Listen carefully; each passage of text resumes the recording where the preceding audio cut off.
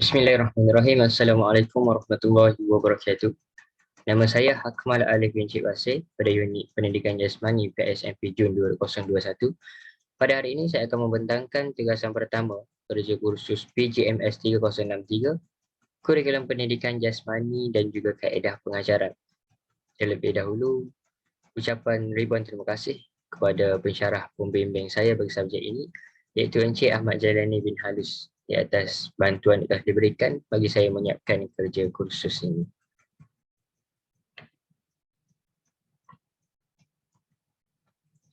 Baiklah, pada hari ini saya akan membincangkan berkaitan langkah-langkah bagi menangani isu dan cabaran mata pelajaran pendidikan jasmani. Jadi kita akan tengok isu dan juga langkah-langkah bagi menangani cabaran dalam mata pelajaran pendidikan jasmani. Okey. Jadi mata pelajaran pendidikan jasmani di sekolah menengah selalunya dianggap tidak penting. Maka mata pelajaran tersebut boleh diajar oleh guru yang tidak dilatih khas dalam pendidikan jasmani. Tambahan pula, tidak ada sistem penilaian yang rapi dalam pendidikan jasmani. Dengan ini, pengajaran dan pembelajaran pendidikan jasmani tidak mempunyai academic accountability untuk meningkatkan pertumbuhan dan perkembangan pelajar dari aspek fizikal, mental, sosial, emosi dan rohani secara seimbang. Ketika ini dipetik daripada jurnal yang dihasilkan oleh Universiti Putra Malaysia. Okay, jadi baiklah, isu yang saya pilih untuk dibentangkan pada kali ini ialah accountability academic dalam mata pelajaran pendidikan jasmani dianggap tidak penting. Okey. Jadi yang pertama sekali, apa yang disebutkan dengan accountability? Accountability ini merupakan kebertanggungjawaban seseorang terhadap tindakan dan juga keputusan. Definisi ini diambil daripada Kamus Dewan edisi keempat. Jadi, untuk definisi yang lebih jelas berkaitan dengan accountability akademik bagi mata pelajaran pendidikan jasmani ini merupakan rasa kesedaran seseorang individu ataupun guru berkaitan akademik melibatkan mata pelajaran pendidikan jasmani. Jadi, dalam diri seorang guru itu, apakah tanggungjawab bukan sahaja seorang guru, malah pihak pentadbir sekolah sekalipun berkaitan dengan kebertanggungjawaban terhadap subjek pendidikan jasmani di sekolah. Okey.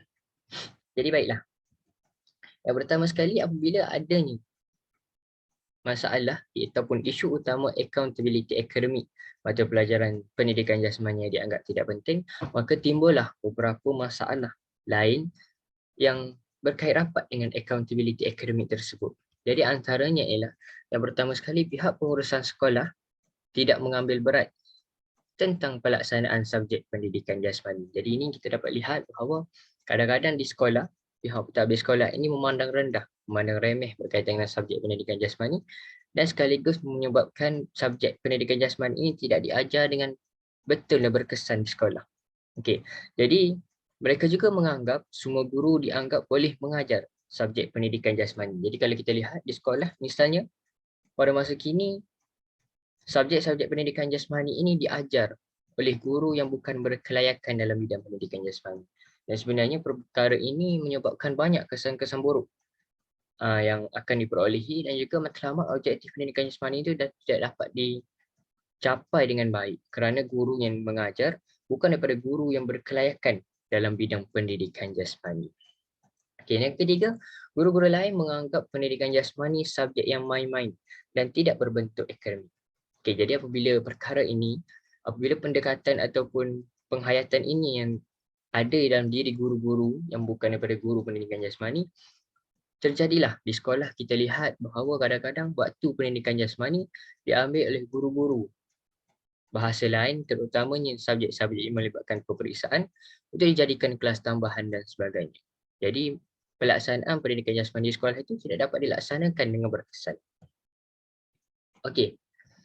Jadi apabila timbul masalah-masalah tadi, maka ada kesan daripada apa yang telah berlaku. Jadi antaranya ialah kurang pendedahan yang mendalam tentang subjek pendidikan jasmani kepada murid sekolah, terutamanya sekolah yang kurang guru PJ. Jadi disebutkan oleh Syed Ali pada tahun 2009. Jadi apabila subjek pendidikan jasmani ini diajar dengan tidak berkesan di sekolah, maka pelaksanaan ataupun pendedahan yang sepatutnya diberikan kepada para pelajar tidak dapat dilaksanakan dengan sebaik mungkin. Yang kedua, objektif pendidikan jasmani tidak dapat dicapai dengan sepenuhnya. Seperti mana telah disebutkan tadi, sebab pelaksanaan pendidikan jasmani ini tidak dilaksanakan secara menyeluruh di sekolah. Kadang-kadang masa pendidikan jasmani diberikan kepada mata pelajaran yang lain untuk diajar. Jadi sekaligus menyebabkan objektif pendidikan jasmani sepatutnya itu tidak dapat dicapai dengan baik. Menyebabkan kesan-kesan buruk yang lain juga berlaku kepada murid. Yang ketiga, murid kurang mahir dan faham akan subjek pendidikan jasmani. Jadi ini kita dapat lihat bahawa kadang-kadang apabila pendedahan atau objektif pendidikan jasmani itu tidak dapat dicapai, murid ni mempunyai kefahaman yang sangat rendah berkaitan dengan apa yang sepatutnya diperolehi daripada subjek pendidikan jasmani misalnya. Dan kadang-kadang kalau kita dapat lihat, salah satu contoh yang diajar dalam pendidikan jasmani ialah bagaimana untuk menjaga kesihatan diri yang baik. Jadi kesihatan diri yang baik itu dapat mengelakkan daripada murid-murid dan juga individu-individu ini memperolehi kesihatan yang kurang baik seperti penyakit-penyakit. Dan kalau kita lihat statistik di Malaysia sendiri menunjukkan bahawa penyakit obesiti, pesakit yang menghidap penyakit obesiti di Malaysia ini telah meningkat daripada tahun ke tahun, disebutkan sendiri oleh Kementerian Kesihatan Malaysia. Jadi ini merupakan salah satu kesan buruk apabila subjek pendidikan jasmani tidak diajar dengan baik bermula daripada sekolah lagi. Jadi dengan isu dan masalah yang timbul ini, langkah penyelesaian yang sepatutnya perlu diambil bagi mengatasi masalah-masalah tersebut. Jadi antara langkah penyelesaian bagi isu dan juga masalah yang telah disebutkan pada atas tadi, yang pertama sekali ialah mengurangkan jurang accountability akademik subjek pendidikan jasmani dengan subjek-subjek yang lain. Kerana isu utama kita ialah accountability akademik pendidikan jasmani ini dianggap tidak penting pada masa kini. Jadi perlu untuk dikurangkan jurang akademik pendidikan jasmani ini dengan accountability subjek-subjek yang lain supaya dia berada pada satu tahap yang sama. Barulah guru-guru memandang subjek pendidikan jasmani ini juga merupakan subjek yang penting. Jadi misalnya Tillman pada 1996 telah menyebutkan bahawa telah memperkatakan berkaitan accountability yang harus dimiliki oleh seorang guru pendidikan jasmani. Jadi menunjukkan bahawa accountability ini penting. Bukan sahaja guru pendidikan jasmani untuk sedar, malah semua guru-guru dan juga pihak pentadbir sekolah sendiri perlu sedar berkaitan dengan accountability yang ada pada subjek pendidikan jasmani. Okey, jadi apabila adanya accountability ini dipertingkatkan ataupun jurang yang dikecilkan dengan subjek-subjek yang lain, jadi apabila berlaku sedemikian, pihak pentadbir sekolah sendiri akan sedar bahawa subjek pendidikan jasmani ini penting untuk diajar dengan sebaik mungkin. Dan barulah masalah-masalah yang timbul yang telah disebutkan tadi akan dapat dikurangkan secepat mungkin. Okey.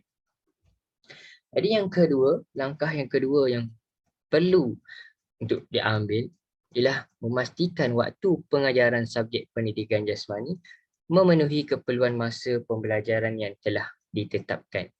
Okay, seperti mana kita tahu, di dalam bidang pendidikan ini telah wujud satu surat yang disebutkan sebagai surat perkeliling ikhtisas yang menjadi rujukan bagi seorang guru, pentadbir sekolah dan semua yang berada dalam warga pendidik ini untuk memastikan sistem pendidikan yang diajar itu berkesan dan sempurna. Jadi misalnya diambil contoh dalam surat perkeliling ikhtisas sendiri telah disebutkan bahawa peruntukan masa minimum bagi subjek PJPT iaitu pendidikan jasmani dan pendidikan kesihatan ialah 40 jam setahun. Iaitu pendidikan jasmani sebanyak 32 jam setahun dan pendidikan kesihatan sebanyak 16 jam setahun. Okay, jadi pihak sekolah, terutamanya pihak pentadbir sekolah perlu sedar berkaitan dengan hal ini. Jadi apabila dia sedar, dia perlu memastikan sistem ataupun masa pelaksanaan PJ di sekolah ini dilaksanakan mengikut surat perkeliling ikhtisas yang telah diedarkan, yang telah dikeluarkan. Jadi apabila hal ini berlaku dan apabila masa pelaksanaan PJ itu dilaksanakan dengan sebaik mungkin, objektif dan juga apa yang sepatutnya diajar dalam subjek pendidikan jasmani ini dapat diajar dengan sebaik mungkin. Sebab itu penting untuk peruntukan masa minimum dan peruntukan masa pelaksanaan PJ ini dilaksanakan dengan sempurna di sekolah. Okey, langkah yang ketiga yang boleh diambil juga bagi penyelesaian isu dan juga masalah-masalah yang telah disebutkan pada atas tadi ialah melaksanakan proses pengajaran dan pembelajaran yang betul oleh guru berkelayakan. Okey, misalnya kita tahu di sekolah tadi misalnya subjek-subjek pendidikan jasmani ini diajar oleh guru yang bukan berkelayakan, guru yang bukan option pendidikan jasmani. Jadi apabila berlaku sedemikian menyebabkan kadang-kadang subjek pendidikan jasmani ini diajar secara ala kadar, diajar bukan berdasarkan apa yang perlu diajar di dalam DSKP misalnya. Jadi perlu untuk pelaksanaan proses pengajaran dan pelajaran ini diajar oleh guru yang benar-benar berkelayakan, guru-guru yang mempunyai ijazah daripada bidang pendidikan jasmani ini sendiri ataupun sains sukan. Jadi misalnya Pisanos dan Temple pada 1990 melaporkan bahawa guru option pendidikan jasmani merasa kecewa dengan kualiti pengajaran guru bukan option. Hal ini kerana guru yang bukan daripada option pendidikan jasmani ini mengajar pendidikan jasmani tidak mempunyai secara sepenuhnya. Kadang-kadang ia mengajar pendidikan jasmani hanya dengan mengikut apa yang mereka katakan, bukan berdasarkan apa yang sepatutnya diajar dengan cara yang betul dan tepat. Kerana itulah penting untuk subjek pendidikan jasmani ini diajar oleh guru-guru yang berkelayakan dalam bidang pendidikan jasmani sendiri. Kita juga sedar bahawa hal ini berlaku kerana kurangnya guru di Malaysia. Misalnya disebutkan sendiri oleh Kementerian Pendidikan Malaysia bahawa bilangan guru yang berada pada masa sekarang ini masih lagi kurang untuk ditempatkan di semua sekolah yang berada di Malaysia. Jadi pada tahun 2021 misalnya, Menteri Pendidikan kita Dr. Muhammad Razi Jidin telah menyatakan bahawa kerajaan telah melakukan satu inisiatif iaitu mengambil 18,000 guru secara one off untuk ditempatkan di sekolah-sekolah bagi mengatasi masalah kekurangan guru ini.